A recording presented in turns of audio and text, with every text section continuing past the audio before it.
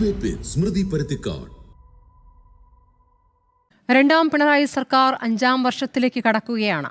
ഒന്നാം പിണറായി സർക്കാർ കാലത്തേക്കാൾ 8 സീറ്റുകൾ കൂടുതൽ നേടി പുതുമുഖങ്ങളുടെ മന്ത്രിസഭയുമായി എത്തിയ രണ്ടാം പിണറായി സർക്കാരിന്റെ പ്രതിച്ഛായ ഉയർന്നോ അതോ നഷ്ടപ്പെട്ടോ? അടിസ്ഥാന സൗകര്യ വികസനത്തിന്റെ കാര്യത്തിൽ വലിയ പട്ടികയാണ് സർക്കാരിന് നിരത്താനുള്ളത്. എന്നാൽ അടിസ്ഥാന വർഗത്തിന്റെ ജീവിത പ്രശ്നങ്ങളോടുള്ള സമീപനം എന്തായിരുന്നു എന്ന ചോദ്യം ഉയരുന്നു. ഭരണപക്ഷത്തിനൊപ്പം പ്രതിപക്ഷവും അവകാശവാദം ഉന്നയിക്കുന്ന വിഴിഞ്ഞം, കൊച്ചി മെട്രോ, ഇപ്പോൾ വിള്ളൽ വീട് വിവാദമായിരിക്കുന്ന ദേശീയപാത വികസനം, ലൈഫ് മിഷൻ വീടുകളൊക്കെ നേട്ടത്തിന്റെ പട്ടികയിൽപ്പെടുത്തുമ്പോൾ ഇന്ന് 100ാം ദിവസത്തിലെത്തി നിൽക്കുന്ന ആശാസമരത്തോടും വനിതാ CPO ഉദ്യോഗാർത്ഥികളുടെ സഹനസമരത്തോടും കാട്ടിയ നിർവികാര സമീപനവും കേരളം ചർച്ച ചെയ്തതാണ്. 100 പന്തങ്ങൾ ഉയർത്തി ആശമാർ 100ാം ദിനം ആചരിക്കുന്നത് സർക്കാർ കേക്ക് മുറിക്കുമ്പോഴാണ്. കാട്ടാനകളും കടുവകളും മനുഷ്യനെ കൊന്നു തിന്നുമ്പോൾ കേരളത്തിന്റെ മലയോര മേഖലയും കടുത്ത പ്രതിഷേധത്തിലാണ്. രക്ഷാപ്രവർത്തനത്തിൽ തുടങ്ങി ബിന്ദുവിലെത്തി നിൽക്കുന്ന ആഭ്യന്തര വകുപ്പിന്റെ പ്രവർത്തനങ്ങളും നാട് കാണുകയാണ്. 4ൽ നാടിന് നേട്ടമോ എന്നതാണ് ചോദ്യം.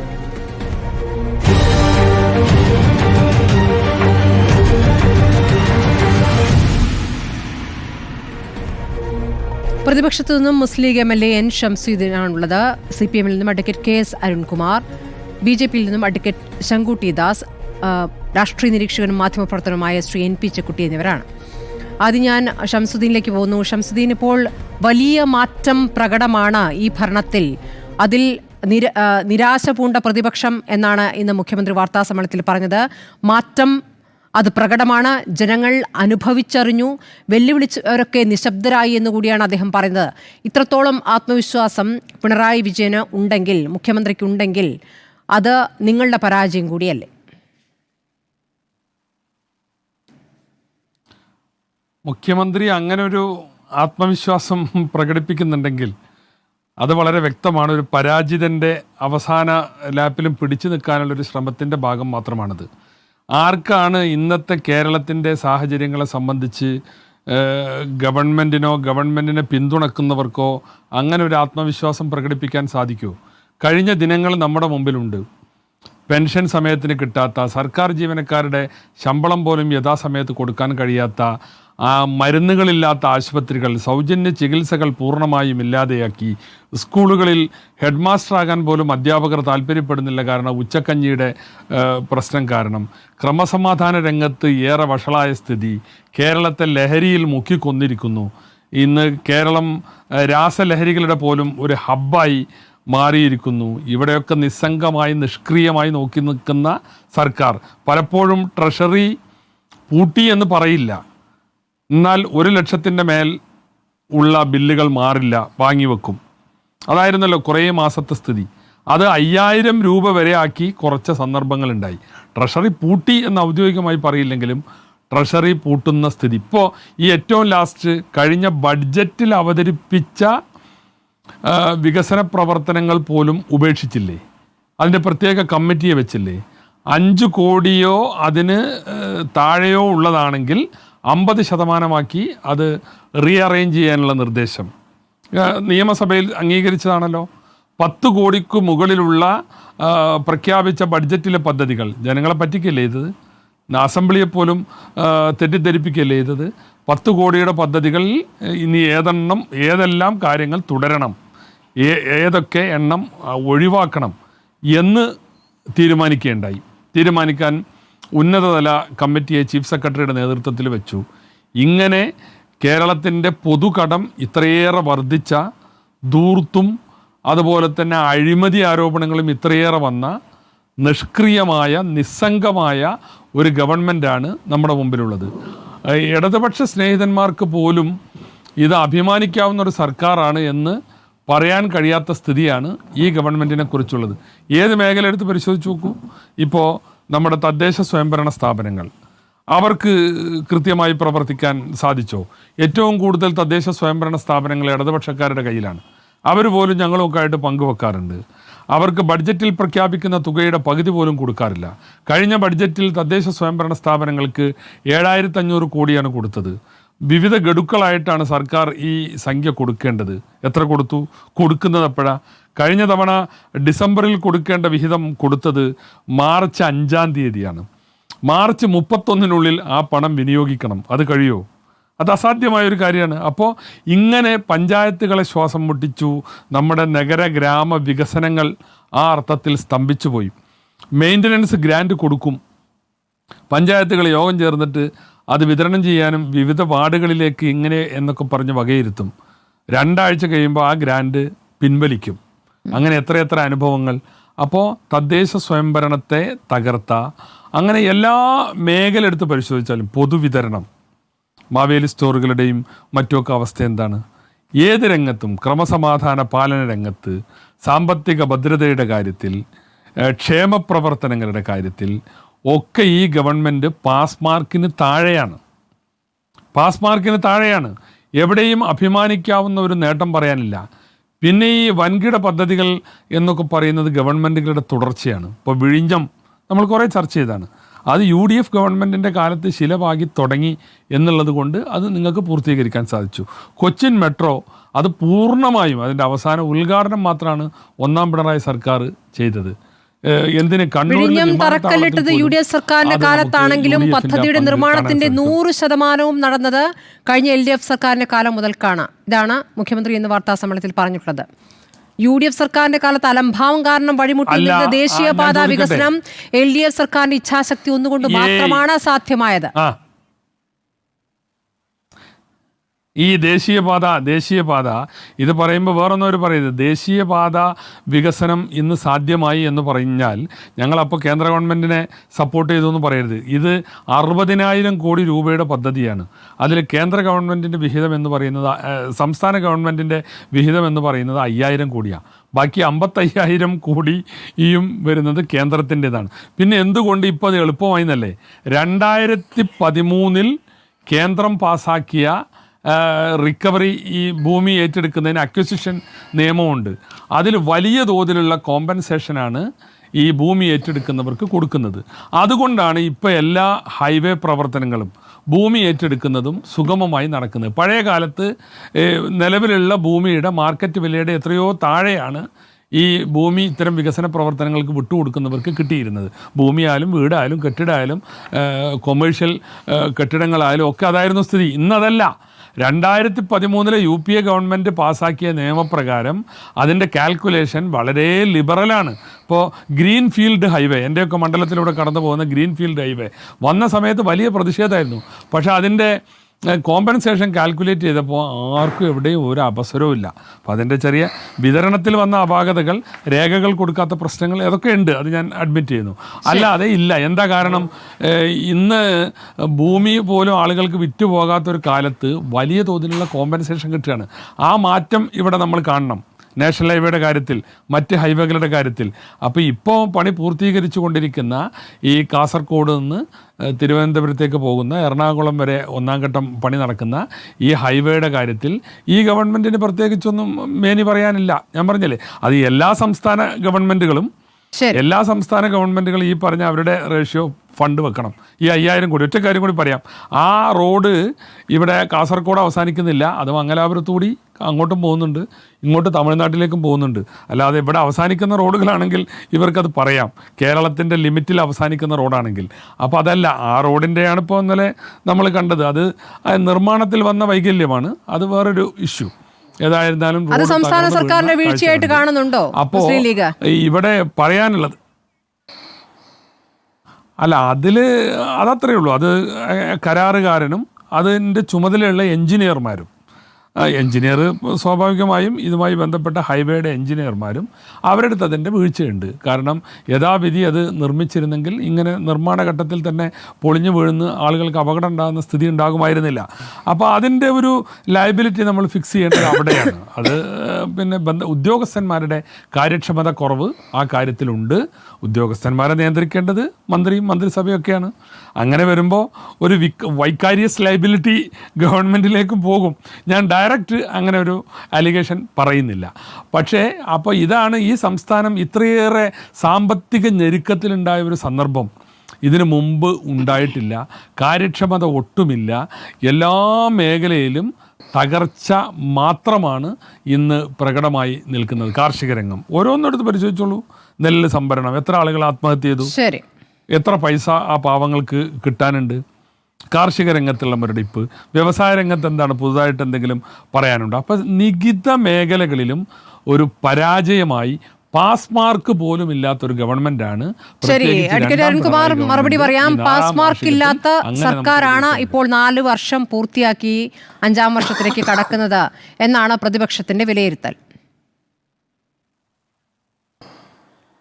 ആദ്യം തന്നെ UDFന്റെ പ്രതിനിധി ഈ ചാനൽ ചർച്ചയിൽ വന്നിരുന്ന് പച്ചയായ പറയുന്ന ഒരു നുണയെ ഞാൻ തുറന്നു കാണിക്കാം. 2013 ഭൂമി ഏറ്റെടുക്കൽ നിയമം, ആ ഭൂമി നിയമത്തിന്റെ വ്യവസ്ഥകളിൽ ദേശീയപാതയ്ക്ക് വേണ്ടി ഭൂമി ഏറ്റെടുക്കാൻ വേണ്ടി ഉള്ള കാര്യം എക്സെപ്റ്റഡ് ആണ്. നിയമസഭയിൽ തന്നെ സഖാവ് പി രാജീവ് നിയമമന്ത്രി ഒരു മാസം മുമ്പ് കൃത്യമായ മറുപടി പ്രതിപക്ഷ നേതാവിന് കൊടുത്തതാണ്. അതായത് 2013 ഇന്ത്യൻ പാർലമെന്റ് പാസാക്കിയ ഭൂമി ഏറ്റെടുക്കൽ നിയമത്തിൽ ദേശീയപാതയ്ക്ക് വേണ്ടി ഭൂമി ഏറ്റെടുക്കുന്നതിന്റെ മാനദണ്ഡങ്ങൾ ഒന്നും ഉൾപ്പെട്ടിട്ടില്ല.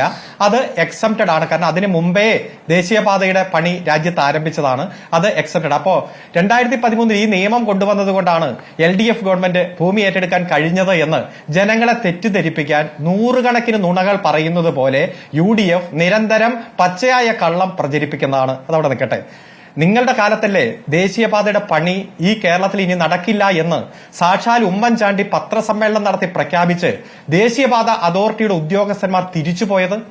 ഈ രാജ്യത്തിന്റെ ഈ സംസ്ഥാനത്തിന്റെ എല്ലാ ജില്ലയിലും ദേശീയപാത അതോറിറ്റിക്ക് ഓഫീസ് ഉണ്ടായിരുന്നു. മുഴുവൻ ഓഫീസും പൂട്ടി 1-2 പൂട്ടി ഉദ്യോഗസ്ഥന്മാർ തിരിച്ചുപോയില്ലേ? സഖാവ് പിണറായി വിജയൻ കേരളത്തിന്റെ മുഖ്യമന്ത്രിയായി സത്യപ്രതിജ്ഞ ചെയ്ത് ഏറ്റവും ആദ്യം ഡൽഹി സന്ദർശിച്ചപ്പോൾ കേന്ദ്ര ഗതാഗത മന്ത്രിയുമായി ചർച്ച നടത്തി, ദേശീയപാത അതോറിറ്റിയുമായി ചർച്ച നടത്തി. ഭൂമി ഏറ്റെടുക്കാൻ 5580 കോടി രൂപ സംസ്ഥാന ഖജനാവിൽ നിന്ന് ഞങ്ങൾ തരാം, ഭൂമി ഏറ്റെടുക്കൽ ഞങ്ങൾ ഏറ്റെടുത്ത് തരാം എന്ന് പറഞ്ഞ് ആ പോയ ഉദ്യോഗസ്ഥന്മാരെ തിരിച്ചു കൊണ്ടുവന്ന് അടച്ച ഓഫീസുകൾ തുറന്ന് പണി ആരംഭിച്ചിട്ടാണ് ഇപ്പോൾ 9 കൊല്ലം കൊണ്ട് ദേശീയപാതയുടെ പണി ഏകദേശം 80% പൂർത്തീകരിച്ച് താങ്കൾ ഉൾപ്പെടെ യാത്ര ചെയ്തുകൊണ്ടിരിക്കുന്നത്. ആ തലശ്ശേരി മാഹി പണി പൂർത്തീകരിച്ച സ്ട്രെച്ചിൽ താങ്കൾ ഒന്നുകൂടി യാത്ര ചെയ്താൽ ആ റോഡിന്റെ മനോഹാരിത മനസ്സിലാവും. പോട്ടെ, തീരദേശ ഹൈവേ, മലയോര ഹൈവേ, അതുപോലെ തന്നെ ഇപ്പോ AI ക്യാമറ, ജല മെട്രോ, അതുപോലെ നിരവധി വികസന പ്രവർത്തനങ്ങൾ, സ്കൂളുകൾ ഹൈടെക് ആയി മാറിയത്, ആരോഗ്യ രംഗത്തുള്ള മൊത്തം സമീപനം. കഴിഞ്ഞ 2 ദിവസം മുമ്പാണ് ചിറ്റൂർ ആശുപത്രി 7 നിലയുള്ള നിരവധി ഓപ്പറേഷൻ തിയേറ്ററുകളുള്ള മനോഹരമായ താലൂക്ക് ആശുപത്രി ഈ നാടിന് സമർപ്പിച്ചത്. അങ്ങനെ എത്രയോ കോടി, 12,000 കോടി രൂപ ആരോഗ്യ മേഖലയിലെ പുതിയ സംവിധാനത്തിന് വേണ്ടി മാത്രം ഒരുക്കിയിരിക്കുക. ക്യാൻസർ രോഗികൾക്ക് വേണ്ടിയിട്ടുള്ള ക്യാൻസർ സെന്റർ കൊച്ചിയിലടക്കം എത്ര പശ്ചാത്തല വികസന രംഗത്ത് വിപ്ലവകരമായ മാറ്റം ഒരു ഭാഗത്ത്. സർക്കാർ ആശുപത്രികളിൽ പലയിടത്തും മരുന്ന് കിട്ടാത്ത സാഹചര്യം കൂടിയുണ്ട് അഡ്വക്കേറ്റ് അരുൺകുമാർ. ഇല്ല, ഒരിക്കലുമില്ല. കുറെ നാള് മുമ്പ് ഏതോ സമയത്ത് മരുന്നിനൊരു ക്ഷാമമുണ്ടായി എന്ന് പറഞ്ഞ് അതെടുത്ത് നിരന്തരം അങ്ങെടുത്ത് ഉപയോഗിക്കുക. ഇപ്പൊ UDFന്റെ പ്രതിനിധി പറയാൻ പോകുന്ന ഒരു കാര്യമുണ്ട്. മുഖ്യമന്ത്രിയുടെ വീട്ടിൽ ലിഫ്റ്റ്, മുഖ്യമന്ത്രിയുടെ വീട്ടിൽ കുളിക്കടവ്, സ്വിമ്മിംഗ് പൂള്, മുഖ്യമന്ത്രിയുടെ റൂമിൽ റിനോവേഷൻ, ഇതൊക്കെ കുറെ കാര്യങ്ങൾ. ഇതൊക്കെ 2015-ലും 2016-ലും ഉള്ള റീലെടുത്ത് ഇടുന്നതാ. ആ CD എടുത്തങ്ങ് വരും. ഇത് കേരളത്തിന്റെ പൊതുസമൂഹത്തിൽ ഇപ്പോൾ ഉള്ള കാര്യമല്ല. പശ്ചാത്തല വികസന രംഗത്ത് വിപ്ലവകരമായ മാറ്റം. ഈ ഗവൺമെന്റ് കഴിഞ്ഞ 3 വർഷം മുമ്പ് ഇസ് ഓഫ് ഡൂയിങ് ബിസിനസ്സിൽ 28ാമതായിരുന്നു. അത് 15ാമതായി 1ാമതെത്തിയത് ഈ പശ്ചാത്തല വികസന രംഗത്തുണ്ടായിട്ടുള്ള ഉജ്ജ്വലമായിട്ടുള്ള മാറ്റങ്ങൾ കൊണ്ട് തന്നെയാണ് വൻകിട സംരംഭകർ ഓരോരുത്തരായി കേരളത്തിലേക്ക് വന്നത്. ഇപ്പോ ഗ്ലോബൽ ഇൻവെസ്റ്റേഴ്സ് മീറ്റ് നടത്തി. ആദ്യം പ്രഖ്യാപനം വന്നത് 1,56,000 കോടിയായിരുന്നു. 2 ആഴ്ച കൊണ്ട് 1,96,000 കോടി രൂപയുടെ പ്രഖ്യാപനം വന്നു. ഒരു മാസം ഈ ഗ്ലോബൽ ഇൻവെസ്റ്റേഴ്സ് മീറ്റ് നടത്തി 1 മാസം കൊണ്ട് 15,000 കോടി രൂപയുടെ നിക്ഷേപം ഇവിടെ മുതൽ മുടക്ക് ആരംഭിച്ചു. എത്രയോ ഉദാഹരണങ്ങൾ നമ്മുടെ മുന്നിലുണ്ട്. പ്രകടന പത്രികയിൽ പറഞ്ഞ കാര്യങ്ങൾ കൃത്യമായി നടപ്പാക്കുക. അത് നടപ്പാക്കി ജനങ്ങളെ പ്രോഗ്രസ് റിപ്പോർട്ടിലൂടെ അറിയിക്കുക. 2016-ൽ 600 കാര്യങ്ങൾ ജനങ്ങൾക്ക് സമർപ്പിച്ചു. 590 കാര്യങ്ങളും പൂർത്തീകരിച്ച് ജനങ്ങളെ കൃത്യമായിട്ട് ബോധ്യപ്പെടുത്തി. ഓഖി ദുരന്തം, നിപ വൈറസ്, നൂറ്റാണ്ടിലെ മഹാപ്രളയം, 2019 പ്രളയം, കോവിഡ് 1ാം ഘട്ടം, 2ാം ഘട്ടം, 3ാം ഘട്ടം, എത്രയോ പ്രകൃതി ദുരന്തങ്ങൾ ഒരു ഭാഗത്ത്, CBI, NIA, ED, കസ്റ്റംസ്, ആദായ നികുതി വകുപ്പ്, കള്ളപ്രചരണങ്ങൾ, വ്യാജ പ്രചരണങ്ങൾ, UDFന്റെ കള്ളക്കേസുകൾ, അത് മറുഭാഗത്ത്. എല്ലാ പ്രതിസന്ധി ഘട്ടങ്ങളെയും കൃത്യമായി നേരിട്ട് ആ ഭരണ തുടർച്ചയിലേക്ക് LDF വന്നത് പ്രകടന പത്രിക കൃത്യമായി നടപ്പാക്കി ജനങ്ങളെ ബോധ്യപ്പെടുത്തിയത് കൊണ്ടാണ്. 2021-ലോ ഞങ്ങൾ 900 കാര്യങ്ങൾ ജനങ്ങൾക്ക് മുന്നിൽ അവതരിപ്പിച്ചു. ഒരു വിജ്ഞാന സമൂഹമായിട്ട് കേരളം മാറിക്കൊണ്ടിരിക്കും. പൂർത്തീകരിച്ചുകൊണ്ടിരിക്കുന്നു. രണ്ടാം പിണറായി സർക്കാരിന്റെ മൂന്നാം പ്രോഗ്രസ് റിപ്പോർട്ട് 2024 ജൂലൈ മാസം 2-ാം തീയതി പുറത്തിറക്കി. അത് ഞങ്ങൾ പറഞ്ഞു 726 കാര്യങ്ങൾ നടത്തി പൂർത്തീകരിച്ചിരിക്കുന്നു. ഞങ്ങൾ ഇന്ന കാര്യങ്ങൾ അണ്ടർ പ്രോസസ്സിലാണ്. ഇത് ഞങ്ങളുടെ കാലാവധി തീരുന്നതിന് മുമ്പ് പൂർത്തീകരിക്കും. ഒരാൾ പോലും പട്ടിണിയില്ലാതെ അതിദാരിദ്ര്യ സർവേ നടത്തി മുഴുവൻ പട്ടിണിയുള്ളവരെയും മുഖ്യധാരയിലേക്ക് കൊണ്ടുവരാനുള്ള നടപടി ആരംഭിച്ചു. ഈ നവംബർ 1-ന് ദാരിദ്ര്യമില്ലാത്ത ഒരു നാട് ഈ കേരളത്തെ പ്രഖ്യാപിക്കും. ഒരാളും ദരിദ്രരായി നമ്മുടെ നാട്ടിൽ ഉണ്ടാകില്ല. അങ്ങനെ ഓരോ രംഗത്തും കൃത്യമായിട്ടുള്ള അഡ്രസ്സിംഗ്. ക്ഷേമ പെൻഷൻ ഈ നാട്ടിൽ 3.5 കോടി ആളുകളുണ്ട്. ഈ കേരളത്തിൽ 62 ലക്ഷം പേർക്ക് പെൻഷൻ. 6 പേരെ എടുത്താൽ അതിൽ ഒരാൾക്ക് പെൻഷൻ. UDFന്റെ കാലത്ത് 32 ലക്ഷം പേർക്ക് 600 രൂപ വീതമായിരുന്നു പെൻഷൻ. 205 കോടി രൂപയാണ് ഒരു മാസം മാറ്റിവെച്ചത്. ഞങ്ങൾ 62 ലക്ഷം പേർക്ക് 1600 രൂപ വീതം 992 കോടി രൂപ ഒരു മാസം പെൻഷനായി വിതരണം ചെയ്യുന്നു. വലിയ പ്രതിസന്ധിയും പെൻഷൻ കമ്പനികളെ തകർക്കാൻ കേന്ദ്രം ശ്രമിച്ചപ്പോൾ ചെറിയ കുടിശ്ശിക വന്നു. ഇപ്പോൾ ആകെ 2 മാസത്തെ കുടിശ്ശികയുള്ളൂ. അത് അടുത്ത മാസം വിതരണം ചെയ്യും. ഞങ്ങൾ ഏറ്റവും പ്രധാനമായി പ്രഖ്യാപിച്ചത് വീട്ടമ്മമാർക്ക് പെൻഷൻ കൊടുക്കുമെന്നായിരുന്നു. ഇത് LDFന്റെ കൺവീനർ ഇന്നലെ പ്രഖ്യാപിച്ചു. അടുത്ത തീരുമാനം ഈ നാട്ടിലെ മുഴുവൻ വീട്ടമ്മമാർക്കും പെൻഷൻ കൊടുക്കുക എന്ന തീരുമാനമാണ്. കൃത്യമായി ചെയ്യാൻ കഴിയുന്ന കാര്യങ്ങൾ മാത്രം പ്രഖ്യാപിക്കുന്നു. പ്രഖ്യാപിച്ച കാര്യങ്ങൾ കൃത്യമായി നടപ്പാക്കുന്നു. അത് കൃത്യമായി ജനങ്ങളെ ബോധ്യപ്പെടുത്തുന്നു. കിഫ്ബി 75,000 കോടി രൂപയുടെ വികസന പ്രവർത്തനമാണ് ഈ നാട്ടിൽ നടക്കുന്നത്. ഇവിടെ പങ്കെടുക്കുന്ന പ്രതിനിധികളുടെ മണ്ഡലത്തിലടക്കം കിഫ്ബിയിൽ നിന്ന് നിരവധി വികസന പ്രവർത്തനങ്ങൾ നടന്നിട്ടുണ്ട്. വേണമെങ്കിൽ ലിസ്റ്റ് എടുത്ത് നമുക്ക് പറയാം. നമ്മളെ സംബന്ധിച്ചിടത്തോളം നിരവധി പ്രതിസന്ധികളുണ്ടായി, ബുദ്ധിമുട്ടുകളുണ്ടായി. ആ ബുദ്ധിമുട്ടുകളെ അതിജീവിച്ച് സാമ്പത്തിക പ്രതിസന്ധികൾക്കിടയിലും ജനങ്ങളെ കൃത്യമായി അഡ്രസ് ചെയ്തുകൊണ്ട് ഓരോ ജനങ്ങളിൽ പെടുന്നവരല്ലേ ആശമാർ. അഡ്വക്കേറ്റ് കെ അരുൺകുമാർ, ആശാസമരം ഇന്ന് 100-ാം ദിവസത്തിലെത്തി നിൽക്കുന്ന ദിവസം കൂടിയാണ്. സർക്കാർ കേക്ക് മുറിക്കുമ്പോൾ അവർ തെരുവിലാണ്. അതെ, ആയിക്കോട്ടെ. നമ്മൾ കുറെ ദിവസം ചർച്ച ചെയ്താണല്ലോ. ഇപ്പൊ കുറച്ച് നാളായിട്ട് ചർച്ചയില്ലാത്തതുകൊണ്ടാണ് മറുപടി പറയാൻ പറ്റാത്തത്. ഞങ്ങൾ അന്നും പറഞ്ഞു അത് സ്കീം വർക്കേഴ്സ്, കേന്ദ്രമാണ് അതിൽ ഇടപെടേണ്ടത്. ആ ആവശ്യം ഉന്നയിച്ചുകൊണ്ടായിരുന്നു ഈ 20-ാം തീയതി വലിയ പണിമുടക്ക് തീരുമാനിച്ചിരുന്നത്. യുദ്ധത്തിന്റെ ഒരു സാഹചര്യം വന്നപ്പോൾ പണിമുടക്ക് ജൂലൈയിലേക്ക് മാറ്റി. ആ ആവശ്യം കേന്ദ്ര ഗവൺമെന്റിന്റെ മുന്നിൽ കൃത്യമായി CI2 അടക്കമുള്ള പ്രസ്ഥാനങ്ങൾ അഡ്രസ് ചെയ്യുന്നുണ്ട്. കർണാടകത്തിൽ വലിയ സമരം നടന്നു. അവിടെ 1000 രൂപ കൂട്ടി, കോൺഗ്രസ് ഭരിക്കുന്ന കർണാടകം. അങ്ങനെ കൂട്ടുമ്പോഴും അവിടെ ഇപ്പോഴും 6000 രൂപയുള്ളൂ. ഹോണറേറിയും ഇൻസെന്റീവും എല്ലാം കൂടി 6000 കിട്ടുന്നത്. ഇവിടെ ഏകദേശം 13,200 കിട്ടുന്നുണ്ട് കുറച്ചെങ്കിലും പേർക്ക് എന്ന് നമ്മൾ ചർച്ച ചെയ്തല്ലേ. എല്ലാ വിഭാഗം വിഷയവും അഡ്രസ് ചെയ്യും. ഈ ആശാ വർക്കേഴ്സിന്റെ വിഷയങ്ങൾ പഠിക്കാൻ ഒരു കമ്മിറ്റിയെ വെച്ചിട്ടുണ്ട്. അടുത്ത മാസം റിപ്പോർട്ട് നടത്തും. ഈ പ്രതിസന്ധികൾക്കിടയിലും അവരുടെ പ്രശ്നവും അഡ്രസ് ചെയ്യും. പഠിക്കാൻ ഒരു കമ്മിറ്റിയെ വെക്കേണ്ട കാര്യമൊക്കെ ഉണ്ടോ അഡ്വക്കേറ്റ് കെ അരുൺകുമാർ? ആ കമ്മിറ്റിക്ക് കൊടുക്കുന്ന പണം അത് വളരെ തുച്ഛമായ തുക മാത്രമാണ് അവരെ സംബന്ധിച്ച് കൂടുതൽ ചോദിക്കുന്നത്. അത് കൊടുത്ത് പരിഹരിക്കുകയാണെങ്കിൽ ഒരു വലിയ വിഭാഗത്തിന് പിന്തുണ കൂടി പറയുന്ന സർക്കാരിന് കിട്ടുകയില്ലേ? നിങ്ങളിപ്പോൾ അടിസ്ഥാന വർഗത്തെ അഡ്രസ് ചെയ്യുന്നു, അവരുടെ എല്ലാ പ്രശ്നങ്ങളും പരിഹരിക്കുന്നു, അതിദാരിദ്ര്യമില്ലാത്ത ആദ്യത്തെ സംസ്ഥാനമാകുന്നു എന്ന അവകാശം. കുറെ സ്ത്രീകൾ, സ്ത്രീപക്ഷ സർക്കാർ എന്ന അവകാശവാദം കൂടിയാണല്ലോ. കുറെ സ്ത്രീകളാണ് 100 ദിവസമായി തെരുവിൽ നിൽക്കുന്നത്. സംസ്ഥാനത്തുടനീളം സഞ്ചരിക്കുന്ന സമരത്തിലേക്ക് അവർ കടന്നിരിക്കുന്നത്. ഇപ്പോൾ പാലക്കാടാണുള്ളത്. ഗവൺമെന്റിനെ സംബന്ധിച്ചിടത്തോളം ഉള്ള പ്രതിസന്ധി അത് പല ഘട്ടത്തിലും കേന്ദ്ര ഗവൺമെന്റ് അടിച്ചേൽപ്പിച്ച സാമ്പത്തിക പ്രതിസന്ധിയെ തരണം ചെയ്യാൻ എത്ര കൃത്യമായിട്ടാണ് പ്രവർത്തിച്ചുകൊണ്ടിരിക്കുന്നത്. ഇപ്പൊ ബഹുമാനപ്പെട്ട UDFന്റെ പ്രതിനിധി പറഞ്ഞില്ലേ, ട്രഷറി പൂട്ടിയില്ല, പക്ഷെ ട്രഷറിയിൽ ഇങ്ങനെ ബുദ്ധിമുട്ട്. ആ ബുദ്ധിമുട്ടുണ്ടാകാനുള്ള കാരണം എന്താണെന്ന് ഞങ്ങൾ കൃത്യമായി പറഞ്ഞപ്പോൾ നിങ്ങൾ ഞങ്ങളെ പിന്തുണച്ചോ? ഇപ്പൊ ഗവർണർമാർ എത്ര വർഷം, ഒരു 3.5-4 വർഷത്തോളം ഈ കേരളത്തിൽ പലതരത്തിലുള്ള പ്രതിസന്ധി ഉണ്ടാക്കി. ഞങ്ങൾ പറഞ്ഞില്ലേ ഇന്നതൊക്കെയാണ്, മന്ത്രിസഭയുടെ ഉപദേശ നിർദ്ദേശങ്ങൾ അനുസരിച്ച് പ്രവർത്തിക്കാൻ കഴിയൂ. ഈ കേരളത്തിലെ ഗവർണർ കടിക്കുന്നത് കൃത്യമായിട്ടുള്ള സംഘപരിവാർ രാഷ്ട്രീയ കളിയാണ് എന്ന് ഞങ്ങൾ പറഞ്ഞു. നിങ്ങൾ ഞങ്ങളെ ആക്ഷേപിച്ചു. ഇപ്പൊ സുപ്രീം കോടതി കൃത്യമായി ഗവർണറുടെ കാര്യത്തിലല്ല, രാഷ്ട്രപതിയുടെ കാര്യത്തിൽ വരെ കൃത്യമായി നിർവചനം കൊടുക്കുന്ന കാര്യമുണ്ടായി. ഇപ്പൊ ED അടക്കമുള്ള ഇൻവെസ്റ്റിഗേഷൻ ഏജൻസികൾക്ക് മുന്നാകെ അവർക്കെതിരെ വരുന്ന വാർത്ത നമ്മുടെ മുന്നിലുണ്ട്. ഞങ്ങൾ എന്താണോ പറഞ്ഞത് ആ ജനങ്ങൾക്ക് മുന്നിൽ അവതരിപ്പിച്ചത്, ആ ജീവൽ പ്രശ്നങ്ങൾ ഉണ്ടായപ്പോൾ ഉണ്ടായ സാഹചര്യം ഞങ്ങൾ വിശദീകരിച്ചത്, അത് ശരിവെക്കുന്ന ഇടപെടലുകളാണ് സുപ്രീം കോടതിയിൽ നിന്നും മറ്റ് സംവിധാനത്തിൽ നിന്നും എല്ലാം പുറത്തു വന്നുകൊണ്ടിരിക്കുന്നത്. ആശാ വർക്കേഴ്സിന്റെ വിഷയത്തെയും ഞങ്ങൾ അഡ്രസ് ചെയ്യും. കുറച്ച് സമയം വേണം. ഈ പ്രതിസന്ധി ഘട്ടത്തിൽ ഞങ്ങൾക്ക് ഒരു ബുദ്ധിമുട്ട് അതിജീവിക്കാൻ സമയം വേണമെന്നാണ് ആവശ്യപ്പെട്ടത്. അടുത്ത വർഷമായിരിക്കും അല്ലേ തെരഞ്ഞെടുപ്പ് എടുക്കുന്ന ഘട്ടമാകുമ്പോഴേക്കും അതിലൊരു തീരുമാനമാകും. അങ്ങനെയാണോ അതിനെ കാണാൻ ഉദ്ദേശിക്കുന്നത്? അല്ല, മാർച്ച് മാസം 31-ന് വലിയ തരത്തിൽ ഗവൺമെന്റിനെ സംബന്ധിച്ചിടത്തോളം സാമ്പത്തിക ബുദ്ധിമുട്ട് വരുന്ന മാസമാണ്. ട്രഷറി അടച്ചുപൂട്ടും പറഞ്ഞ് വാർത്ത കൊടുത്തതും UDFന്റെ നേതാക്കന്മാർ നിരവധി തവണ പത്രസമ്മേളനം നടത്തിയതും ഒക്കെ നമ്മുടെ മുന്നിലുണ്ട്. അപ്പോൾ ഓരോ പ്രതിസന്ധിയെയും അതിജീവിച്ച് പടിപടിയായി നമ്മളുടെ നാട്ടിൽ നിന്ന് തന്നെ പണം കണ്ടെത്തി ഈ നാട്ടിൽ തന്നെ വിനിയോഗിക്കുന്ന തരത്തിൽ കേന്ദ്രത്തിൽ നിന്നുള്ള അവഗണന എത്രയുണ്ടായാലും സ്വയം പര്യാപ്തമായിട്ട് ഈ സംസ്ഥാനം മാറിക്കൊണ്ടിരിക്കുകയാണ്. അതുകൊണ്ട് ഓരോ പ്രതിസന്ധികളെ അതിജീവിക്കാൻ വേണ്ടിയിട്ടുള്ളതാണ് എത്രയും പെട്ടെന്ന് ഈ വിഷയത്തെ ദരിദ്ര എങ്ങനെയാണ് അഡ്വക്കേറ്റ് കെ എസ് അരുൺ, അതായത് സർക്കാർ ഒരു നിലപാട് മാറ്റത്തിലേക്ക് പോകുന്നു എന്നതിന്റെ സൂചനയായി കൂടി ഞാൻ അതിനെ കാണുകയാണ്. കാരണം ഈ ആശാസമരത്തെ എന്തൊക്കെ തരത്തിലാണ് ഇവിടെ CPM-ന്റെ പ്രധാനപ്പെട്ട നേതാക്കൾ, പൊളിറ്റ് ബ്യൂറോ നേതാക്കൾ അടക്കം വിശേഷിപ്പിച്ചത് എന്ന് നമ്മൾ കണ്ടതാണല്ലോ. അതൊക്കെ കേരളം കണ്ടിട്ടുള്ളതാണ്, എങ്ങനെയൊക്കെ അവരെ അപഹസിച്ചു എന്നത്. അതിൽ നിന്ന് നിലപാട് മാറ്റുന്നു എന്നതിന്റെ സൂചനയായി കൂടി ഞാൻ അതിനെ എടുക്കുകയാണ് അഡ്വക്കേറ്റ് കെ എസ് അരുൺകുമാർ. ഏതായാലും കേന്ദ്ര സർക്കാരിന്റെ മുറുക്കലുകൾക്കിടയിൽ കേന്ദ്ര സർക്കാർ സഹായം നൽകാതെ ബുദ്ധിമുട്ടിക്കുന്നതിനിടയിലാണ് ഈ നേട്ടം കൈവരിച്ചതെന്നാണ് പിണറായി സർക്കാർ അവകാശപ്പെടുന്നത്. ശ്രീ ശങ്കുട്ടി ദാസ് അതിന് മറുപടി നൽകും. ഒപ്പം ശ്രീ NP ചെക്കുട്ടിയും. അഡ്വക്കേറ്റ് ശങ്കുട്ടി ദാസ്, അഡ്വക്കേറ്റ് അരുൺകുമാർ പറഞ്ഞത് കേട്ടല്ലോ. കേന്ദ്ര സർക്കാർ നിരന്തരമായി അവഗണിച്ചിട്ടും സംസ്ഥാന സർക്കാർ ആവുന്നതുപോലെ കഷ്ടപ്പെട്ട് ഉണ്ടാക്കിയ വികസനം, അതിന്റെ പട്ടികയാണ് ഇപ്പോൾ അദ്ദേഹം വിശദീകരിച്ചത്, നേരത്തെ മുഖ്യമന്ത്രി വാർത്താ സമ്മേളനത്തിൽ പറഞ്ഞത്.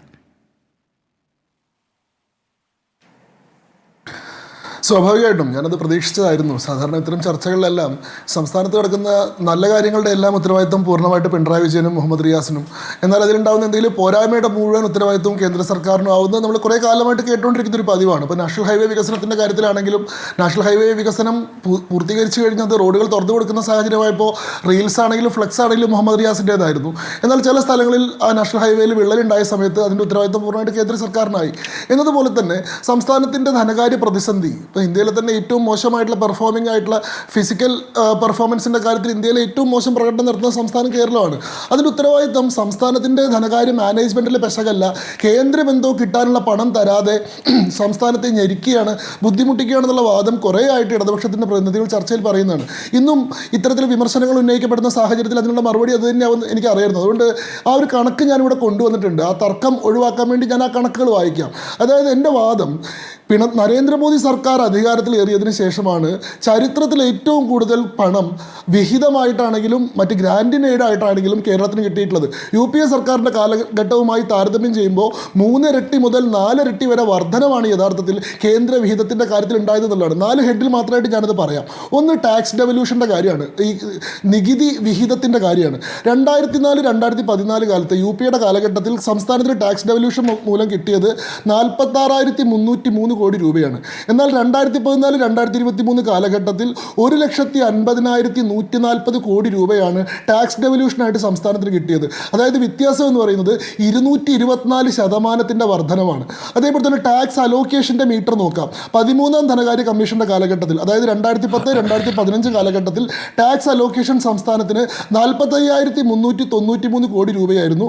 എന്നാൽ 14ാം ധനകാര്യ കമ്മീഷൻ്റെ കാലത്തിൽ 2015-2020 കാലഘട്ടത്തിൽ നരേന്ദ്രമോദി സർക്കാരിൻ്റെ കാലത്തിൽ 1,98,00,000 കോടി രൂപയായി സംസ്ഥാനത്തിലുള്ള ടാക്സ് അലോക്കേഷൻ. അതായത് 3 ഇരട്ടി വർധനവുണ്ടായി കേന്ദ്ര നയം മാറിയതുമായി ബന്ധപ്പെട്ടുകൊണ്ട് 14ാം ധനകാര്യ കമ്മീഷൻ സംസ്ഥാനങ്ങൾക്കുള്ള വിഹിതം, അത് കേരളത്തിന് മാത്രമല്ല എല്ലാ സംസ്ഥാനങ്ങൾക്കുമുള്ള വിഹിതം 32% നിന്ന് സൗത്ത് ഇന്ത്യൻ സംസ്ഥാനങ്ങൾക്ക് 42% വർദ്ധിച്ചു. ഇതിൻ്റെ ഗുണഫലം അനുഭവിച്ചിട്ടുള്ളവരാണ് കേരളം, തമിഴ്നാട്, കർണാടകം പോലെയുള്ള സംസ്ഥാനങ്ങൾ.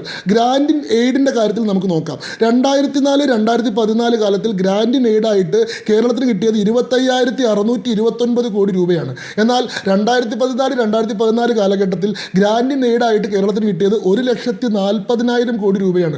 വർധനവെന്ന് പറഞ്ഞാൽ 446% വർധനമാണ് ഗ്രാൻഡ് എയ്ഡായിട്ട് കിട്ടിയത്.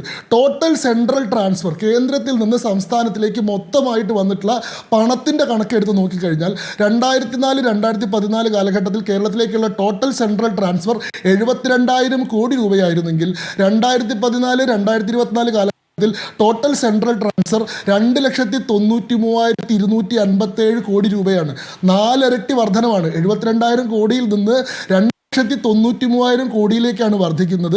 റവന്യൂ ഡെഫിസിറ്റ് 2021-22 കാലഘട്ടത്തിൽ മാത്രം 4,972 കോടി രൂപ. ഇന്ത്യയിൽ ഏറ്റവും കൂടുതൽ റവന്യൂ ഡെഫിസിറ്റ് ഫണ്ട് കിട്ടിയിട്ടുള്ള സംസ്ഥാനം കേരളമായി മാറി. ഇൻഫ്രാസ്ട്രക്ചർ ഡെവലപ്മെൻറ്റിൻ്റെ കാര്യത്തിൽ ഇപ്പോൾ ഈ ചർച്ചയിൽ തന്നെ ബഹുമാനപ്പെട്ട N. ഷംസുദ്ദീൻ പറയുകയുണ്ടായി, 60,000 കോടി രൂപയുടെ നാഷണൽ ഹൈവേ വികസനത്തിൽ 55,000 കോടി രൂപയും കേന്ദ്ര സർക്കാരാണ് വഹിച്ചത്.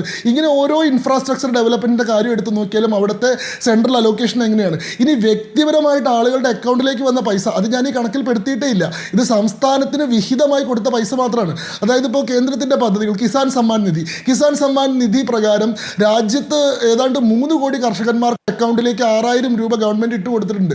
3 ലക്ഷം കോടി രൂപ central government direct beneficiary transfer ആയിട്ട്. ശങ്കുട്ടിദാസ്, ഈ വലിയ കണക്കുകൾ താങ്കൾ മുന്നോട്ട് വയ്ക്കുമ്പോൾ പാർലമെന്റിൽ ഈ വിഷയം ഉന്നയിക്കപ്പെട്ടപ്പോൾ ഘട്ടത്തിലൊന്നും ഈ പറഞ്ഞ മറുപടി ഇവിടുത്തെ MP മാർക്ക് കിട്ടിയിട്ടില്ലല്ലോ. പകരം സുരേഷ് ഗോപി എന്താണ് കാണിച്ചത്, എന്താംഗ്യമായിരുന്നു കാണിച്ചതെന്ന് ഓർമ്മയുണ്ടല്ലോ. നോക്കൂ ശ്രീമതി സ്മൃതി, ഞാൻ ശൂന്യതയിൽ നിന്ന് എടുത്തുകൊണ്ട് പറയല്ല, ഇത് താങ്കൾ ശൂന്യതയിൽ നിന്ന് എടുത്തുകൊണ്ടാണെന്നല്ല ഞാൻ പറഞ്ഞത്. ശ്രീമതി നിർമ്മല സീതാരാമൻ ദാസ് ഇത് ഇവിടെ പറയുന്ന ഈ കണക്ക് പാർലമെന്റിൽ ആ രൂപത്തിൽ മറുപടിയായി കിട്ടിയിട്ടുണ്ടോ എന്നുള്ള ചോദ്യമാണ്. ശ്രീമതി നിർമ്മല സീതാരാമൻ തന്നെ പാർലമെന്റിൽ വിശദീകരിച്ചിട്ടുള്ള പാർലമെന്റിലെ ആൻസറിൽ നിന്നാണ് ഞാൻ ഈ ഉത്തരങ്ങൾ എടുത്തിട്ടുള്ളത്. അതായത് ഞാൻ പറയുന്നത് tax devolution, tax allocation, surge in central government aid, അതേപോലെ തന്നെ total central transfer, infrastructure fund എന്നിങ്ങനെ ഏത് ഹെഡിൽ നോക്കിയാലും സംസ്ഥാനത്തിന് 2004-2014 കാലഘട്ടത്തിൽ കിട്ടിയിട്ടുള്ള ഫണ്ടിന്റെ 4 ഇരട്ടിയോളമാണ് നരേന്ദ്രമോദി സർക്കാർ അധികാരത്തിന് ശേഷം കിട്ടിയിട്ടുള്ളത്. അതായത് വന്നിട്ടുള്ള പണത്തിന്റെ തോത് അത്രയേറെ വർദ്ധിച്ചിട്ടുണ്ട്. 2,93,000 കോടി രൂപ കഴിഞ്ഞ 10 വർഷത്തിനിടയിൽ നമുക്ക് കിട്ടിയിട്ടുണ്ട്. ഇവിടെ സംഭവിക്കുന്ന സംസ്ഥാനത്തിന്റെ കെടുകാര്യസ്ഥത ഞാൻ മുഴുവൻ പറഞ്ഞിട്ട് അദ്ദേഹം ഇടപെട്ടു. അദ്ദേഹം പറഞ്ഞ കാര്യങ്ങൾക്ക് എനിക്ക് മറുപടി പറയണ്ട. അദ്ദേഹം പറഞ്ഞപ്പോൾ ഞാൻ കേട്ടിരുന്നത് അതിലൊന്നും എനിക്ക് വിമർശനം ഇല്ലാത്തത് കൊണ്ടല്ല, ആ കാര്യത്തിൽ എനിക്കും മറുപടി പറയാം. ഇവിടെ സംസ്ഥാനത്തിൻ്റെ യഥാർത്ഥ പ്രശ്നം എന്താണെന്ന് നോക്കൂ. സംസ്ഥാനത്തിൻ്റെ വളരെ തെറ്റായിട്ടുള്ള ഫിനാൻഷ്യൽ മാനേജ്മെൻ്റ് ആണ്. ഏറ്റവും നല്ല ഉദാഹരണം ഞാൻ പറയാം. അപ്പോൾ നമ്മുടെ പബ്ലിക് ഡെപ്റ്റ്, നമ്മുടെ പൊതുകടം എന്ന് പറയുന്നത് ഇവർ പ്രകടനം മെച്ചപ്പെടുത്തി എന്ന് പറയുന്നുണ്ടല്ലോ. എവിടെയാണ് ഇവരുടെ പ്രകടനം മെച്ചപ്പെടുത്തിയത്? അതായത് 2014 1,25,000 കോടിയായിരുന്ന സംസ്ഥാനത്തിൻ്റെ പൊതുകടം നമ്മൾ 2024 വന്ന് നിൽക്കുമ്പോൾ 3.5 ലക്ഷം കോടിയായിട്ട് കൂടി. ഏതാണ്ട് 3 ഇരട്ടിയായിട്ട് നമ്മുടെ പൊതുകടം കൂടി. ഈ പൊതുകടം എന്ന് പറയുന്നത് ഡെപ്റ്റ് ടു GSDP റേഷ്യോ നോക്കിക്കഴിഞ്ഞാൽ ഏതാണ്ട് 36.9% നമ്മുടെ പൊതുകടത്തിൻ്റെ ഈ GSDPയും ഡെപ്റ്റും തമ്മിലുള്ള റേഷ്യോ. സംസ്ഥാനത്തിൻ്റെ മുന്നോട്ട് വെച്ചിട്ടുള്ള എക്സ്പെൻഡിച്ചർ ഡിസിപ്ലിൻ ടാർഗറ്റ് പ്രകാരം 28.5% മുകളിൽ കൂടാൻ പാടില്ല എന്ന് പറയുന്ന ഈ റേഷ്യോ ആണ് നമ്മൾ 37% എത്തി നിൽക്കുന്നത്. ഇത് 31.4% 2014-2015. അവിടെ നിന്ന് ഇവിടേക്ക് എത്തി നിൽക്കുകയാണ്.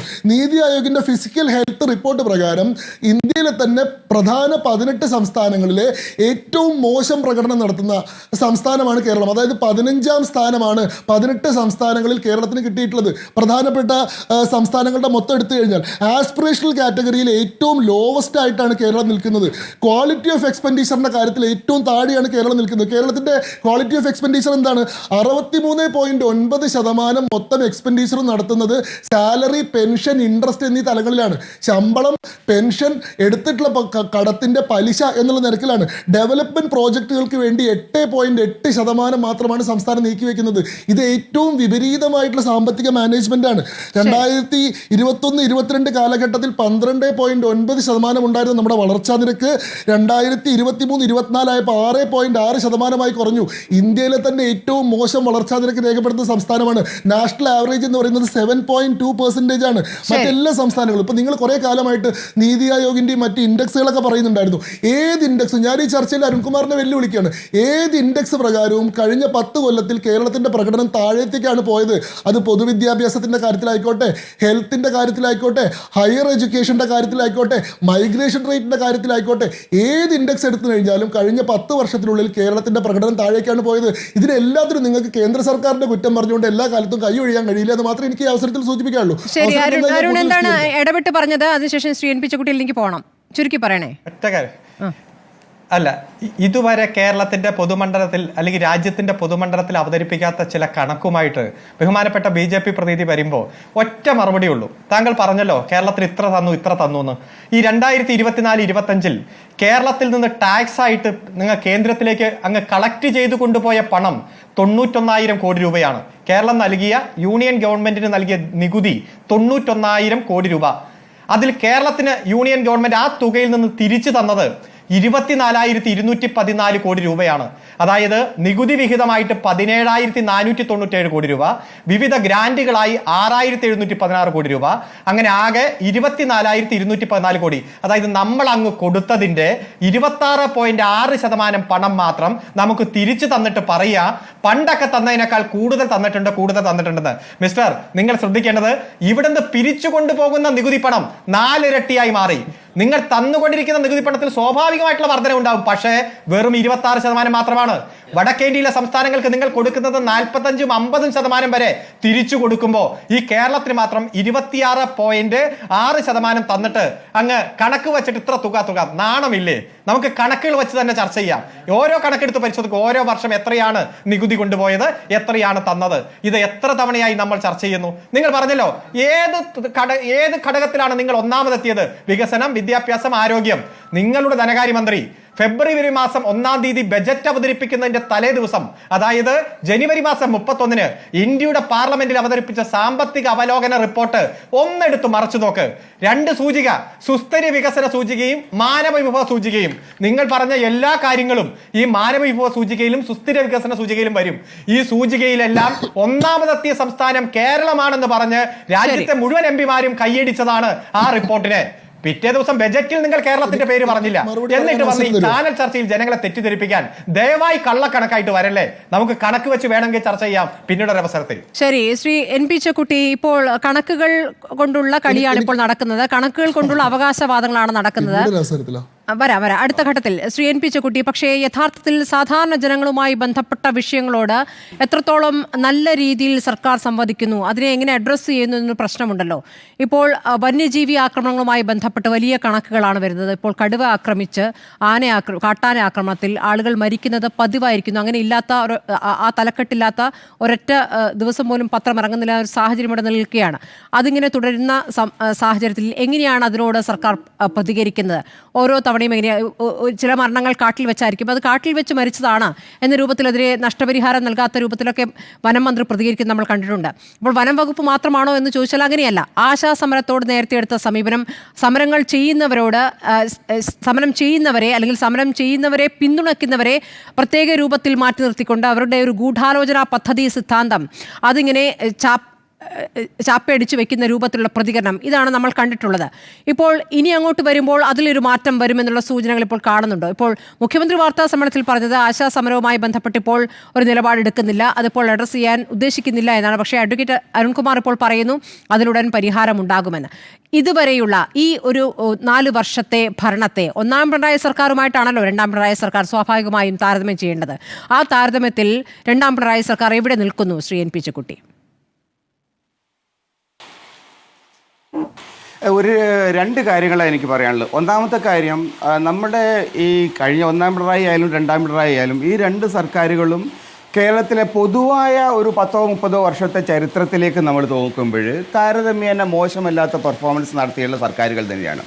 അവയ്ക്ക് ധാരാളം പിഴവുകൾ പറ്റിയിട്ടുണ്ട്, ധാരാളം തെറ്റുകൾ പറ്റിയിട്ടുണ്ട്. അതൊക്കെ ഉണ്ടായിട്ടുണ്ടെങ്കിൽ പോലും നിലവിലുള്ള സാഹചര്യങ്ങളിൽ പരമാവധി റിസോഴ്സസ് റേസ് ചെയ്തുകൊണ്ട് പിന്തുണയോടുകൂടി ജനങ്ങളുടെ ഒരു ജനക്ഷേമകരമായിട്ടുള്ള നടപടികൾ കൊണ്ടുവരുന്നതിൽ അവർ കുറേയൊക്കെ വിജയിച്ചിട്ടുണ്ട്. ഇല്ല എന്ന് നമുക്ക് പറയാൻ പറ്റില്ല. മാത്രമല്ല, നേരത്തെ മുടങ്ങിക്കിടന്ന പല പദ്ധതികളും ശക്തിപ്പെടുത്തുന്നതിൽ, മുന്നോട്ട് കൊണ്ടുപോകുന്നതിൽ അതൊക്കെ തന്നെ അവർ വിജയിച്ചിട്ടുണ്ട്. പക്ഷേ പ്രധാനപ്പെട്ട പ്രശ്നം എന്താണ്? പ്രധാനപ്പെട്ട പ്രശ്നം ഈ കേരളത്തിലെ സർക്കാർ കേരളത്തിലെ ജനങ്ങളുമായിട്ട് സംവദിക്കുന്ന രീതിയുടെ ഒരു പ്രശ്നമുണ്ട്. ഇപ്പോൾ ഉമ്മൻചാണ്ടിയുമായിട്ട് നമ്മളൊന്ന് താരതമ്യം നോക്കുന്ന സമയത്ത് ആ വ്യത്യാസം വളരെ കൃത്യമായിട്ട് കാണാം. ഉമ്മൻചാണ്ടിയുടെ സർക്കാരിൻ്റെ കാലത്ത് വളരെ റിസപ്റ്റീവായിട്ട് വിഷയങ്ങളെ കാണാനും അതിനോട് പ്രതികരിക്കാനും അദ്ദേഹത്തിന് തയ്യാറായിരുന്നു. അദ്ദേഹം കേരളത്തിൻ്റെ എല്ലാ ഭാഗത്തും അതൊരു നാടകമാണെന്നൊക്കെ പറഞ്ഞെങ്കിൽ പോലും ജനങ്ങൾക്ക് ഇടയിൽ നിന്നുകൊണ്ട്, ജനങ്ങളോട് സംവദിച്ചുകൊണ്ട്, ജനങ്ങളുടെ വികാരങ്ങൾ ഉൾക്കൊണ്ടുകൊണ്ടുള്ള ഒരു ഭരണക്രമം അദ്ദേഹം ഉണ്ടാക്കിയിരുന്നു. അത് വളരെ വളരെ പ്രധാനപ്പെട്ട സംഗതിയാണ്.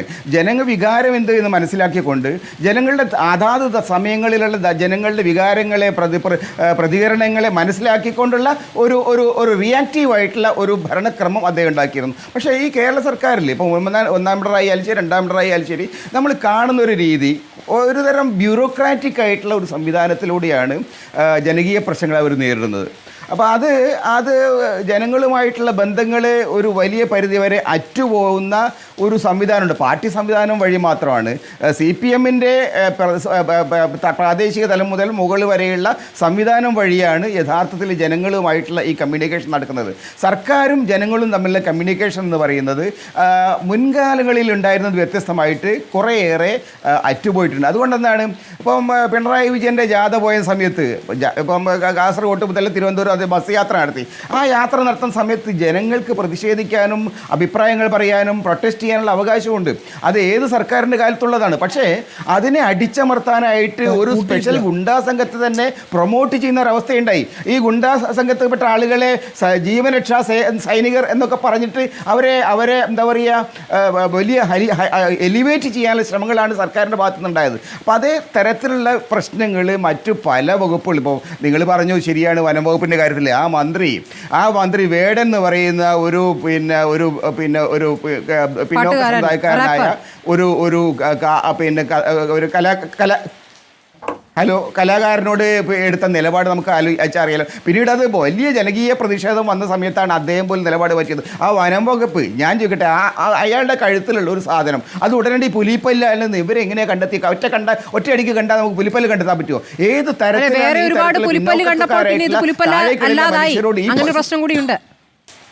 അല്ല, അതൊക്കെ പോട്ടെ, അതൊക്കെ പ്രമാണിമാരുടെ വീട്ടിൽ പുലിപ്പല്ലല്ല ആനപ്പല്ല് കണ്ടാലും ഒരു പ്രശ്നം ഉണ്ടാവില്ല. പക്ഷേ ഒരു ദളിത് സമുദായത്തിൽപ്പെട്ട ആളുടെ മേല് കണ്ടതുകൊണ്ടാണ് ഈ പ്രശ്നം ഉണ്ടായത്. അപ്പോൾ അത്തരത്തിലുള്ള സാമൂഹികമായിട്ടുള്ള നിഷേധ പ്രവണതകൾ വളരെയേറെ വ്യാപകമാണ്, വളരെ പരസ്യമാണ്.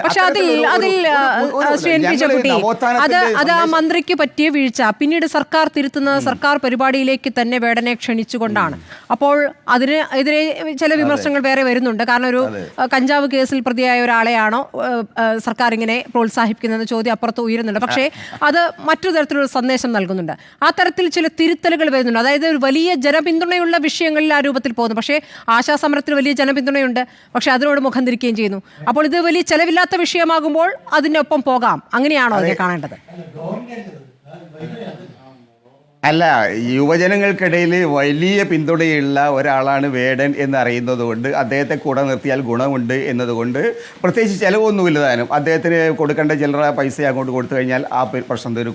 അത് അദ്ദേഹത്തെ പരിപാടിക്ക് ക്ഷണിച്ചാൽ മുഖ്യമന്ത്രിയുടെ പ്രസംഗം കേൾക്കാൻ ആളെയും കിട്ടും. അതുകൊണ്ട് അത് നല്ലത് തന്നെയാണ്. അത്തരത്തിലുള്ള എന്താ പറയുക, അവസരോചിതമായ മാർക്കറ്റിംഗ് തന്ത്രങ്ങൾ ഈ സർക്കാരിനുണ്ട്.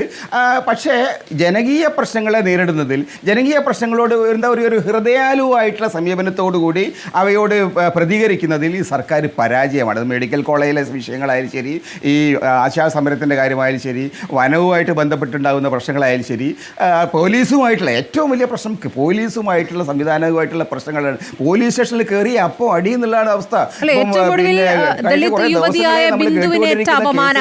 ബിന്ദു പി ശശിക്ക് നേരിട്ട് പരാതി കൊടുത്തപ്പോൾ അവരോട് എങ്ങനെയാണ് സംസാരിച്ചത്? ഒന്നും രണ്ടുമല്ല, നിരവധി കേസുകൾ ഇത്തരത്തിൽ കേരളത്തിൻ്റെ അങ്ങോളം ഇങ്ങോളം ഉണ്ട്. പോലീസ് സ്റ്റേഷൻ കയറി അടികെട്ടി ചവിട്ടുകൊണ്ട് ചത്തുപോയിട്ടുള്ള ആളുകളുടെ എണ്ണം എത്രയാണ്? പോലീസ് വെടിവെച്ച് കൊന്നുള്ള ആളുകൾ എത്രയാണ്? കേരളത്തിൽ നക്സലൈറ്റുകൾ വെടിവെക്കുന്നതിൽ ഏറ്റവും വലിയ ഒരു റെക്കോർഡ് ഇട്ട സർക്കാരല്ലേ കഴിഞ്ഞ സർക്കാർ. അപ്പോൾ അത്തരം കാര്യങ്ങളൊക്കെ തന്നെ ഒരു തരത്തിലുള്ള മാനവികമായിട്ടൊരു മുഖം ജനങ്ങൾക്ക് മുമ്പിൽ പ്രദർശിപ്പിക്കുന്നതിൽ ഈ സർക്കാരിന് വിജയിക്കാൻ കഴിഞ്ഞിട്ടില്ല. അതുകൊണ്ട് തന്നെയാണ് ഈ സർക്കാരിനെ പറ്റി ജനങ്ങൾക്കിടയിൽ മതിപ്പില്ലാത്തത്. അവരുടെ പെർഫോമൻസ് മോശമായതിനേക്കാൾ അവരുടെ ജനകീയമായിട്ടുള്ള മുഖം നഷ്ടപ്പെട്ടു എന്നുള്ളതാണ് ഇന്നത്തെ സർക്കാരിന്റെ ഏറ്റവും വലിയ പ്രശ്നം എന്ന് ഞാൻ മനസ്സിലാക്കുന്നത്. ശരി, അഡ്വക്കേറ്റ് അരുൺ അതിന് മറുപടി നൽകണം. അതോടൊപ്പം തന്നെ ഈ തരത്തിൽ ജനകീയ വിഷയങ്ങളോട് മുഖം തിരിക്കുമ്പോൾ മാനവീയ മുഖമുണ്ടോ എന്നുള്ള സംശയം വരുമ്പോൾ അതിൽ പ്രതിപക്ഷം എത്രത്തോളം ആ വിഷയങ്ങൾ ഒക്കെ ഏറ്റെടുക്കുന്നു? അഡ്വക്കേറ്റ് ഷംസുദ്ദീൻ, ഞാൻ ചോദിച്ചത് പ്രതിപക്ഷം എത്രത്തോളം ജനകീയ വിഷയങ്ങൾ ഏറ്റെടുക്കുന്നു? ഇപ്പോൾ ഒരു മലയോര യാത്രയൊക്കെ നടത്തുകയുണ്ടായി വന്യമൃഗശല്യത്തിൽ ആളുകൾ കൊല്ലപ്പെടുന്ന സാഹചര്യത്തിൽ. പക്ഷെ അതൊക്കെ എത്രത്തോളം വിജയത്തിലെത്തിക്കാൻ കഴിഞ്ഞു? എത്രത്തോളം ആളുകളിലേക്ക് നിങ്ങൾക്ക് എത്തിച്ചേരാൻ കഴിഞ്ഞിട്ടുണ്ട്? പല പ്രതിപക്ഷം ഏറ്റെടുക്കേണ്ട പല വിഷയങ്ങളിലും നിങ്ങൾ ഒറ്റയ്ക്കൊറ്റയ്ക്ക് പല വിഷയങ്ങളും ഏറ്റെടുത്ത് പ്രതികരിക്കുന്നതാണ് കണ്ടിട്ടുള്ളത്. നിങ്ങളുടെ ഒരു ഐക്യത്തോടു കൂടിയുള്ള മുന്നോട്ട് പോക്കും പല ഘട്ടങ്ങളിലും കണ്ടിട്ടില്ല. അങ്ങനെ വിലയിരുത്താൻ കഴിയില്ലല്ലോ. ഈ ഗവൺമെൻറ്റിൻ്റെ എല്ലാ പോരായ്മകളെയും ദുഷ്ചെയ്തികളെയും ജനവിരുദ്ധ നടപടികളെയും ഞങ്ങൾ UDF എന്നുള്ള നിലക്കും UDFിലെ പാർട്ടികളും വളരെ ശക്തമായി ജനകീയ പിന്തുണയോടുകൂടി തന്നെ എതിർത്തിട്ടുണ്ട്. നിയമസഭയുടെ കഴിഞ്ഞ സെഷനുകൾ നിങ്ങൾ പരിശോധിച്ചാൽ അറിയും, ഏറ്റവും കൂടുതൽ ജനങ്ങൾക്ക് വേണ്ടി നന്നായി പറയാൻ കഴിയുന്നൊരു വേദി നിയമസഭാ വേദിയാണ്. അവിടെയൊക്കെ എല്ലാ ജനകീയ പ്രശ്നങ്ങളും ഞങ്ങൾ കൊണ്ടുവന്നിട്ടുണ്ട്. ഗവൺമെൻറ്റിനെ കൊണ്ട് ചിലത് തിരുത്തിക്കാൻ ഞങ്ങൾക്ക് സാധിച്ചിട്ടുണ്ട്. ഞങ്ങളുടെ വിമർശനം ഉൾക്കൊള്ളാതെ പോയതിന് ഗവൺമെൻറ് ഇന്ന് കൃത്യമായി പ്രതിസന്ധിയിലുമായിട്ടുണ്ട്. ഇപ്പോൾ കിഫ്ബിയുടെ കാര്യത്തിലായാലും പെൻഷൻ ഫണ്ട് ബോർഡിൻ്റെ കാര്യത്തിലായിരുന്നാലും ഈ പുറത്തു നിന്ന് എടുക്കുന്ന കടം, ഇത് ബഡ്ജറ്റിന് പുറത്തു നിന്ന് എടുക്കുന്ന ഔട്ട് ഓഫ് ബഡ്ജറ്റ് ബോറോവിങ്, നമ്മുടെ കടപരിധിയെ ബാധിക്കും എന്ന് ഞങ്ങൾ താക്കീത് ചെയ്തതാണ്. അതിനെയും ലംഘിച്ച് കിട്ടാവുന്ന കടമൊക്കെ വാങ്ങിക്കൂട്ടിയതാണ് ഗവൺമെൻറ് സാമ്പത്തിക പ്രതിസന്ധിയിലേക്ക് പോകാനുള്ളൊരു കാരണം. പിന്നെ ഇവിടെ ഈ അരുൺ കുമാർ ചൂണ്ടിക്കാണിച്ച പല കാര്യങ്ങളും AKG സെൻറ്ററിൽ നിന്ന് എഴുതി കൊടുത്ത് അദ്ദേഹം ഇരുന്ന് വായിച്ചതാണ്. ഇവിടെ ഈ ഭൂമി ഏറ്റെടുക്കൽ നിയമം 2013 കേന്ദ്ര ഗവൺമെൻറ്റുമായ പദ്ധതികളുമായി ബന്ധപ്പെട്ടാണ് ആ ആക്ട് കിടക്കുന്നത്. അത് ഹൈവേകൾക്ക് ബാധകമാണ്. ഞങ്ങളുടെയൊക്കെ മണ്ഡലങ്ങളിൽ ഇപ്പം നടക്കുന്ന ഗ്രീൻഫീൽഡ് ഹൈവേ ഭൂമി ഏറ്റെടുക്കൽ അതിന്റെ മാനദണ്ഡത്തിൽ തന്നെയാണ്. അത് തീർത്തും വ്യത്യസ്തമാണ്. അല്ല പറയട്ടെ, വേണ്ട നിങ്ങൾ നിങ്ങളുടെ സമയത്ത് നിങ്ങൾക്കത് പറയാം. അല്ല സ്മൃതി ഇത് അദ്ദേഹത്തിന് മാത്രം ഇങ്ങനെ ഇടക്കിടക്ക് സമയം കൊടുത്താൽ നമുക്ക് അനുവദിക്കാൻ കഴിയില്ല. യെസ്, കിട്ടുന്ന സമയത്ത് പറയാലോ. അപ്പോൾ പിന്നെ അതുപോലെ പറഞ്ഞു ട്രഷറി പൂട്ടിയിട്ടില്ലാന്ന്. ട്രഷറിയിൽ 1 ലക്ഷത്തിൽ കൂടുതലും 5 ലക്ഷത്തിൽ കൂടുതലുമായി നിബന്ധന വെക്കാത്ത സമയം ഉണ്ടായിട്ടില്ല. ഇപ്പോൾ നമ്മുടെ നാട്ടിൽ ജലജീവൻ മിഷൻ കേന്ദ്ര ഗവൺമെൻറ് നൽകിയൊരു പദ്ധതിയാണ്. മാച്ചിങ് ഗ്രാൻറ്റ് വെക്കാൻ നിങ്ങൾക്ക് സാധിച്ചോ? അവിടെ കരാറുകാർക്ക് 4500 കോടി രൂപ കൊടുക്കാനുണ്ട്. പൊളിച്ചിട്ട റോഡുകൾ, പദ്ധതി പൂർത്തിയാകാതെ കിടക്കുന്ന സ്ഥലങ്ങൾ എത്രയാണ്? ഇനി 22,000 കോടി കൊടുത്താലേ കേരളത്തിലെ ജലജീവൻ പദ്ധതി കുടിവെള്ള വിതരണ പ്രവർത്തനങ്ങൾ പൂർത്തീകരിക്കാൻ സാധിക്കുള്ളൂ. അപ്പോൾ ആ കാര്യത്തിൽ പിന്നെ ഇദ്ദേഹം ഇവിടുന്ന് ഞങ്ങൾ പോലും പറയാത്ത കുറേ കാര്യങ്ങൾ, ലിഫ്റ്റ് വെച്ചതും കുളിക്കടവും പിണറായിക്കെതിരെ പറയും. ഇതൊക്കെ അദ്ദേഹത്തിന് തന്നെ മുഖ്യമന്ത്രിയുടെ ഇത്തരം ഈ രാജോചിതമായ നടപടികളോട് യോജിപ്പില്ലാത്തത് കൊണ്ടായിരിക്കാം അദ്ദേഹം അത് വിളിച്ചു പറഞ്ഞത്. ഞാൻ ആ വിഷയത്തിലേക്കൊന്നും പോകുന്നില്ല. അങ്ങനെ കുറേ ദൂർത്തുണ്ട്. ഇപ്പോൾ ദിവസവും പത്രത്തിൽ വരുന്ന പരസ്യങ്ങൾ എത്രയാണ് നിങ്ങൾ പരസ്യം കൊടുത്തത്? കഴിഞ്ഞ തെരഞ്ഞെടുപ്പുമായി ബന്ധപ്പെട്ട് കിഫ്ബിക്ക് മാത്രം പരസ്യം കൊടുത്തത് 500 കോടി രൂപയുടെ പരസ്യമാണ്. എന്തിനാ ഈ ഗവൺമെൻറ് ഇങ്ങനെ ആഘോഷമാക്കുന്നത്? ഇപ്പോൾ 4ാം വാർഷിക ആഘോഷം, നവകേരള യാത്ര, മാനവീയം, കേരളീയം, ഇതൊക്കെ ഗവൺമെൻറ്റിൻ്റെ പണമാണ് ഈ പൊടിക്കുന്നത്.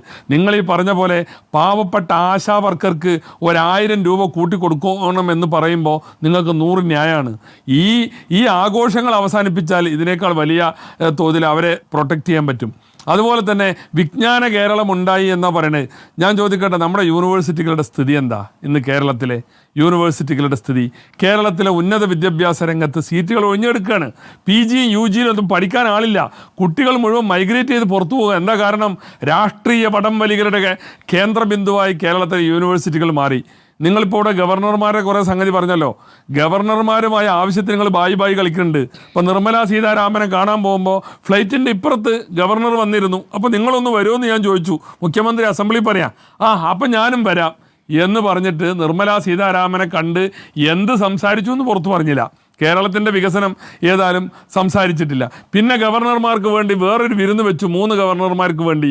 എന്തിനാ ഈ ഗവർണർമാരോട് ഇത്ര വിയോജിപ്പുണ്ടെങ്കിൽ കേരള ഗവർണർ, കേരളത്തിൽ നിന്നുള്ള മറ്റ് 2 ഗവർണർമാർ, ബംഗാൾ, ഗോവ ഗവർണർമാർക്ക് വിരുന്ന് വെച്ചു. അവർ SFIO പ്രശ്നമുള്ള സമയമായതുകൊണ്ട് അവരതിന് പോയില്ല. അപ്പോൾ നിങ്ങൾ തമ്മിലുള്ള രാഷ്ട്രീയമായ സംഗതികളൊക്കെ നടക്കുന്നുണ്ട്. പിന്നെ അങ്ങ് പറയാണ് തീരദേശ ഹൈവേ നടന്നു, മലയോര ഹൈവേ നടന്നു. തീരദേശ ഹൈവേ, മലയോര ഹൈവേ ഒന്ന് പറഞ്ഞ് അവസാനിപ്പിച്ചോട്ടെ. തീരദേശ ഹൈവേ, മലയോര ഹൈവേ 1ാം പിണറായി സർക്കാർ പ്രഖ്യാപിച്ചതാണ്. കേരളത്തിൽ അങ്ങിങ്ങ് ചില റോഡുകൾ കൂട്ടിയോജിപ്പിച്ചുകൊണ്ടാണ് ഈ ഹൈവേ. അങ്ങിങ്ങ് ഒരു 20% താഴെയാണ് ഇത്രയും വർഷമായിട്ട് പണി പൂർത്തിയാക്കിയത്. പിന്നെ പെൻഷൻ്റെ കാര്യത്തിലൊക്കെ അദ്ദേഹം എണ്ണം പെരുപ്പിച്ച് പറഞ്ഞു. UDFൻ്റെ കാലത്ത് 2ഉം 3ഉം പെൻഷൻ വാങ്ങിയിരുന്ന ആളുകളുണ്ടായിരുന്നു. പിന്നെ ലൈഫ് ഭവന പദ്ധതി ആകെ നിങ്ങൾ താറുമാറാക്കി. പോലീസ് വണ്ടിക്ക് പെട്രോൾ അടിക്കാൻ കഴിയാത്ത സ്ഥിതി ഉണ്ടായി എന്നുള്ളത് ഈ രാജ്യത്തെ മാധ്യമങ്ങൾ പുറത്തു കൊണ്ടുവന്നതല്ലേ. അതുപോലെ തന്നെ പല സൂചികകളും പറഞ്ഞു. കേസ് ഏറ്റവും കൂടുതൽ രജിസ്റ്റർ ചെയ്യുന്ന സംസ്ഥാനം, പെറ്റി കേസ് മുഴുവൻ എഴുതിയിട്ട് കേസ് രജിസ്റ്റർ ചെയ്യുന്നത് വലിയൊരു നേട്ടമായി പറയുന്ന സൂചികയാണ് നിങ്ങൾ പറയുന്ന സൂചിക. എന്നാൽ ഇവിടെ ഹെൽത്ത് ഇൻഡെക്സിൻ്റെ കാര്യം പറഞ്ഞു, 15ാം സ്ഥാനത്താണ്. സാമ്പത്തികമായി കേരളം തകർന്നു കിടക്കുകയാണ്, കടക്കണിയിലാണ്, വല്ലാത്ത പ്രതിസന്ധിയാണ്, മുന്നോട്ട് പോകാൻ കഴിയാത്ത സ്ഥിതിയാണ് ഇന്ന് കേരളത്തിനുള്ളത് എന്നുള്ളതാണ് സ്ഥിതി. പിന്നെ ഇപ്പോൾ മുഖ്യമന്ത്രി പത്രസമ്മേളനത്തിൽ പറഞ്ഞു, ഗെയിൽ വാതകം ഞങ്ങൾ നടപ്പാക്കി. ആരേനും എതിർപ്പ്? ഞങ്ങൾ കൊണ്ടുവരുമ്പോൾ ആർക്കായിരുന്നു എതിർപ്പ്? അന്ന് നിങ്ങൾ പറഞ്ഞ ഈ വ്യവസായ മന്ത്രി രാജീവ് എന്താ പറഞ്ഞത്? ഇറ്റ്സ് എ പെട്രോൾ ബോംബ്, ഇതൊരു പെട്രോൾ ബോംബാണ്, നാട്ടിലാകെ പൊട്ടിത്തെറിക്കുന്നു. അതിൻ്റെ സമരത്തിൻ്റെ മുമ്പിൽ നിങ്ങളായിരുന്നു ഉണ്ടായിരുന്നത്. നിങ്ങൾ എതിർത്തു, നിങ്ങൾ നടപ്പാക്കി. അന്നതുപോലെ ഈ ഹൈവേൻ്റെ കാര്യത്തിൽ എന്തായിരുന്നു തർക്കം? 45 മീറ്റർ വേണോ 60 മീറ്റർ വേണമെന്നാണ്. 45 മീറ്റർ മതി എന്ന് പറഞ്ഞ് കേരളത്തിൻ്റെ കൂടെ അന്നത്തെ CPMൻ്റെ സംസ്ഥാന സെക്രട്ടറി പിണറായി വിജയൻ ഉണ്ടായിരുന്നു. കേന്ദ്രം പറഞ്ഞു 60 വേണമെന്നുള്ള രൂപമുണ്ടായി. അതിൻ്റെ തർക്കത്തിലാണ് കുറച്ചു കാലം ഈ പ്രശ്നങ്ങളൊക്കെ ഉണ്ടായത്. അല്ലാതെ ഇപ്പം നിങ്ങൾ വന്നപ്പോൾ ഉണ്ടായ വലിയൊരു മാറ്റമായി ഇതിനെ ചിത്രീകരിക്കേണ്ടതില്ല. ഒരു കാര്യം കൂടി പറയാം, ഇത് കേരളത്തിലെ ജനങ്ങൾക്ക് ബോധ്യമാണ്. പാർലമെന്റ് തെരഞ്ഞെടുപ്പിൽ ഇടതുപക്ഷ കോട്ടകൾ തകർന്ന് തരിപ്പണമായത്, നടന്ന ഉപതെരഞ്ഞെടുപ്പിലൊക്കെ UDF ഉജ്ജ്വലമായ മുന്നേറ്റം നടത്തിയത് ഒക്കെ ഈ ഗവൺമെന്റിനോടുള്ള ജനങ്ങളുടെ പ്രതിഷേധമാണ്, പ്രതികരണമാണ്. വരാനിരിക്കുന്ന തെരഞ്ഞെടുപ്പിലും അതുണ്ടാകും. ഇവിടെ ഈ ഗവൺമെന്റ് ഇതോടുകൂടി അവസാനിക്കും. മൂന്നാം പിണറായി എന്നൊക്കെ പറയുന്നത് നിങ്ങളൊരു ആത്മവിശ്വാസത്തിന് വെറുതെ പറഞ്ഞു നടക്കുകയാണ്. കേരളത്തിലെ ജനങ്ങൾ ഒരിക്കലും ഇനി ഈ ഗവൺമെന്റിനെ വെച്ച് പൊറുപ്പിക്കില്ല. അഴിമതിയുടെ കാര്യം വേറെ പരിശോധിക്കാനിരിക്കുകയാണ്.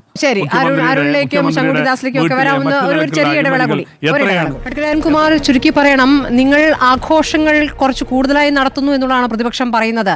ഇപ്പോൾ കേന്ദ്രം വരിഞ്ഞു മുറുക്കുന്നു എന്ന് പറയുമ്പോഴും ആഘോഷത്തിന് കുറവില്ല. ഇപ്പോൾ 4ാം വാർഷികവും നടന്ന് ആഘോഷിക്കുകയാണ്. മുഖ്യമന്ത്രിയുടെ ഹോർഡിങ്ങിന് മാത്രമായി 15 ലക്ഷമുണ്ട്. നിങ്ങൾ ഇറങ്ങുമ്പോൾ 6 ലക്ഷം കോടിയുടെ കടവുമായിട്ടാണ് ഇറങ്ങുക എന്നുള്ളതാണ് സർക്കാരിനെതിരെയുള്ള 15 കോടി, ക്ഷമിക്കണം. ഒറ്റ കാര്യം, ഇവിടെ കോൺഗ്രസിന്റെ പ്രതിനിധി വീണ്ടും വീണ്ടും നുണ പറയുന്നു.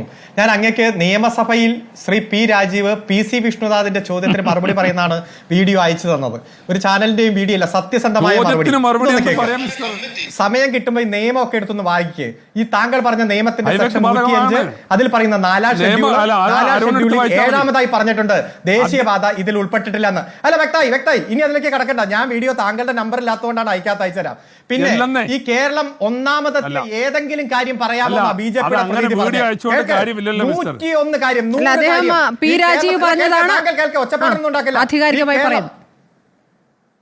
പി രാജീവ് നിയമസഭാ രേഖയിലുള്ള മറുപടി വിഷ്ണുനാഥിന് കൊടുത്ത മറുപടി.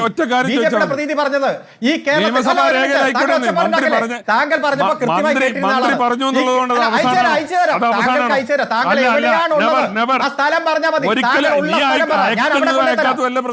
താങ്കൾ ഉള്ള സ്ഥലം പറ, ഞാൻ ഇന്ന് തന്നെ അവിടെ കൊണ്ടുതരാം. 2013 ആക്ട് പ്രകാരം തന്നെയാണ് എല്ലാ നാഷണൽ ഹൈവേകൾക്കും ഇപ്പോ കോമ്പൻസേഷൻ കൊടുത്തുകൊണ്ടിരിക്കുന്നത്. മിസ്റ്റർ അനിൽകുമാർ, നിങ്ങൾ കേൾക്കൂ മിസ്റ്റർ.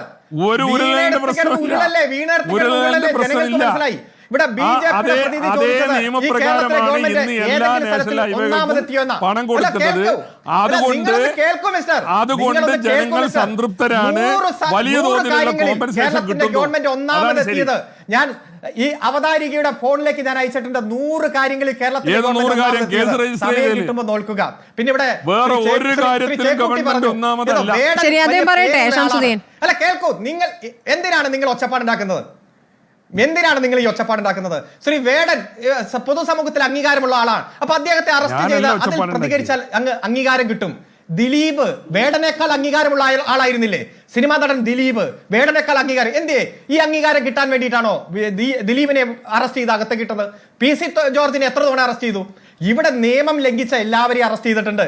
പിന്നെ ഈ അഴിമതി നിങ്ങൾ കുറെ പറഞ്ഞല്ലോ. 9 കൊല്ലമായി കേരളത്തിന്റെ പൊതുമണ്ഡലത്തിൽ നിങ്ങൾക്ക് 1% തെളിയിക്കാൻ പറ്റിയ ഏതെങ്കിലും അഴിമതി UDFന്റെ നേതാവിനോ BJP നേതാവിനോ കാണിച്ചു തരാൻ കഴിയുമോ? നിങ്ങൾ എത്ര തവണ ഹൈക്കോടതി പോയി? It is not a public interest litigation, it is a publicity interest litigation എന്ന് പറഞ്ഞത് നിങ്ങളുടെ പ്രതിപക്ഷ നേതാവിനെതിരെയാ. നാണം കെട്ട് പോയില്ലേ? AA ക്യാമറ, സമയം പൂർണ്ണമായി അവസാനിക്കുകയാണ്. ശങ്കുട്ടിദാസ് വേണമെങ്കിൽ ഒരു പോയിന്റ് പറഞ്ഞ് നമുക്ക് അവസാനിപ്പിക്കാം. ഒരഴിമതി പോലും തെളിയിക്കാൻ ഇതുവരെ നിങ്ങൾക്ക് കഴിഞ്ഞിട്ടില്ല. അഴിമതിയിൽ അന്വേഷണം നടത്തുന്ന കേന്ദ്രമാണല്ലോ ശങ്കുട്ടിദാസ്. തെളിയിക്കാനാകുമോ? ഒറ്റ സെക്കൻഡ്. മാത്രമേ ഗവൺമെന്റ് പബ്ലിഷ് ചെയ്തിട്ടുള്ളൂ. ശങ്കുട്ടിദാസ്, കേന്ദ്ര ഏജൻസിയാണല്ലോ അഴിമതിയിൽ അന്വേഷണം നടത്തുന്നത്. അത് മുന്നോട്ട് പോകുമോ? അന്വേഷണം നടക്കുകയാണ്. മുഖ്യമന്ത്രിയുടെ മകൾക്കെതിരെ തന്നെ വളരെ ഗുരുതരമായ അഴിമതിയുടെ കാര്യത്തിൽ SFIO എന്ന് പറയുന്ന സംസ്ഥാനത്തിന്റെ ചരിത്രത്തിൽ ആദ്യമായിട്ടാണ് ഒരു സിറ്റിംഗ് മുഖ്യമന്ത്രിയുടെ മകൾക്കെതിരെ യാതൊരു സർവീസും കൊടുക്കാതെ മാസപ്പടി കൈപ്പറ്റി എന്നുള്ള കേസുമായി ബന്ധപ്പെട്ട് ഒരു കേന്ദ്ര ഏജൻസിയുടെ അന്വേഷണം ഉണ്ടാവുന്നത്. ഒരു ചീഫ് സെക്രട്ടറി ഒരു അഴിമതി കേസുമായി ബന്ധപ്പെട്ട് ജയിലിൽ കിടന്നിട്ടുണ്ട്. മറ്റൊരു പ്രിൻസിപ്പൽ സെക്രട്ടറിക്കെതിരെ ഇപ്പോൾ CBI അന്വേഷണത്തിന് ബഹുമാനപ്പെട്ട ഹൈക്കോടതി തന്നെ ഉത്തരവിട്ടിട്ടുണ്ട്. മുഖ്യമന്ത്രിക്കെതിരെ മുഖ്യമന്ത്രിയുടെ ഓഫീസിലെ പ്രധാനപ്പെട്ട ഉദ്യോഗസ്ഥന്മാർക്കെതിരെ ആരോപണങ്ങൾ ഉണ്ടായിട്ടും അധികാരത്തിൽ കടിച്ചു തൂങ്ങി നിൽക്കുന്ന ഒരു ചരിത്രം. അല്ല, ഞാൻ പറഞ്ഞത് അഴിമതിയുടെ കാര്യത്തിൽ ഈ പറയുന്ന സംസ്ഥാന സർക്കാരിന് എന്ത് ക്രെഡിബിലിറ്റിയാണുള്ളത്? മുഖ്യമന്ത്രിക്കെതിരെയും മുഖ്യമന്ത്രിയുടെ മകൾക്കെതിരെയും മുഖ്യമന്ത്രിയുടെ കിച്ചൺ ക്യാബിനറ്റിലുള്ള പ്രധാനപ്പെട്ട ഉദ്യോഗസ്ഥന്മാർക്കെതിരെയും എല്ലാം അഴിമതി ആരോപണങ്ങളുള്ള അതുമായി ബന്ധപ്പെട്ട് ഞങ്ങളാരും ഉന്നയിച്ചിട്ടുള്ള ആരോപണമല്ലല്ലോ. ബഹുമാനപ്പെട്ട ഹൈക്കോടതിയല്ലേ അവിടെ CBI അന്വേഷണം ആവശ്യപ്പെട്ടിട്ടുള്ളത്. ഒരു പൊതുതാൽപര്യ ഹർജി, ഒരു പൊതുപ്രവർത്തകൻ കൊടുത്തിട്ടുള്ള ഹർജിയുടെ അടിസ്ഥാനത്തിലാണ് ഉണ്ടായിട്ടുള്ളത്. നോക്കൂ, ഞാൻ കഴിഞ്ഞ തവണ സംസാരിച്ചപ്പോൾ എനിക്ക് മറുപടി പറയാൻ അങ്ങേക്ക് അവസരം തന്നു. അങ്ങനെ ഒരു വട്ടം അതിന് മറുപടി പറഞ്ഞു. പിന്നീട് വീണ്ടും ഞാൻ സംസാരിക്കുന്നതിന് മുമ്പ് രണ്ടാമതും അങ്ങേക്ക് ചാൻസ് കിട്ടിയതാണ്. ഇനി ഞാൻ സംസാരിക്കുമ്പോൾ അങ്ങോട്ടാണ്ടിരിക്കണം. യഥാർത്ഥത്തിൽ അങ്ങോട്ട് എനിക്ക് പറയാനുള്ളത്, ഈ കേന്ദ്രവും സംസ്ഥാനവും തമ്മിൽ നികുതി വീതം വെക്കുന്നതുമായി ബന്ധപ്പെട്ട് ഒരു കേന്ദ്ര മാനദണ്ഡമുണ്ട്, ഭരണഘടനാപരമായിട്ടുള്ള മാനദണ്ഡമുണ്ട്. എന്താണത്? ആകെ നികുതിയുടെ 50% സംസ്ഥാനങ്ങൾക്ക് അർഹതപ്പെട്ടതാണ്. സ്റ്റേറ്റ് GST എന്ന് പറയുന്നത് ആദ്യം തന്നെ സംസ്ഥാനങ്ങൾക്ക് കിട്ടും. ബാക്കി 50%. അല്ല, ഞാൻ മുഴുവൻ പറയട്ടെ, നിങ്ങൾ എന്താണ് ബാക്കിയുള്ള കേന്ദ്ര വിഹിതം 50%-ത്തിലെ 41%, ബാക്കിയുള്ള 50% കേന്ദ്ര വിഹിതത്തിലെ 41% വീണ്ടും സംസ്ഥാനങ്ങൾക്ക് ഡിവോൾവ് ചെയ്ത് വരും. ഇത് ഡിവോൾവ് ചെയ്യുന്നതിന് ഒരു മാൻഡേറ്റ് ഉണ്ട്. എങ്ങനെയാണ്? സംസ്ഥാനത്തിന്റെ ആകെ പോപ്പുലേഷൻ, ആകെ ഏരിയ, ഫോറസ്റ്റ് കവർ, അവിടുത്തെ ഇൻകം ഡിസ്പാരിറ്റി തുടങ്ങിയിട്ടുള്ള മുഖ്യമന്ത്രിയുടെ ഭാഷയിൽ നാട് കാണുന്നുണ്ട്, നാട് വിലയിരുത്തട്ടെ. നമ്മുടെ സമയം അവസാനിച്ചുകൊണ്ടാണ്. വളരെ നന്ദി advocate N. Shamsuddin MLA, advocate KS Arunkumar, advocate Shankuttidas, NP Chakkutty ചർച്ചയിൽ പങ്കെടുത്തത്.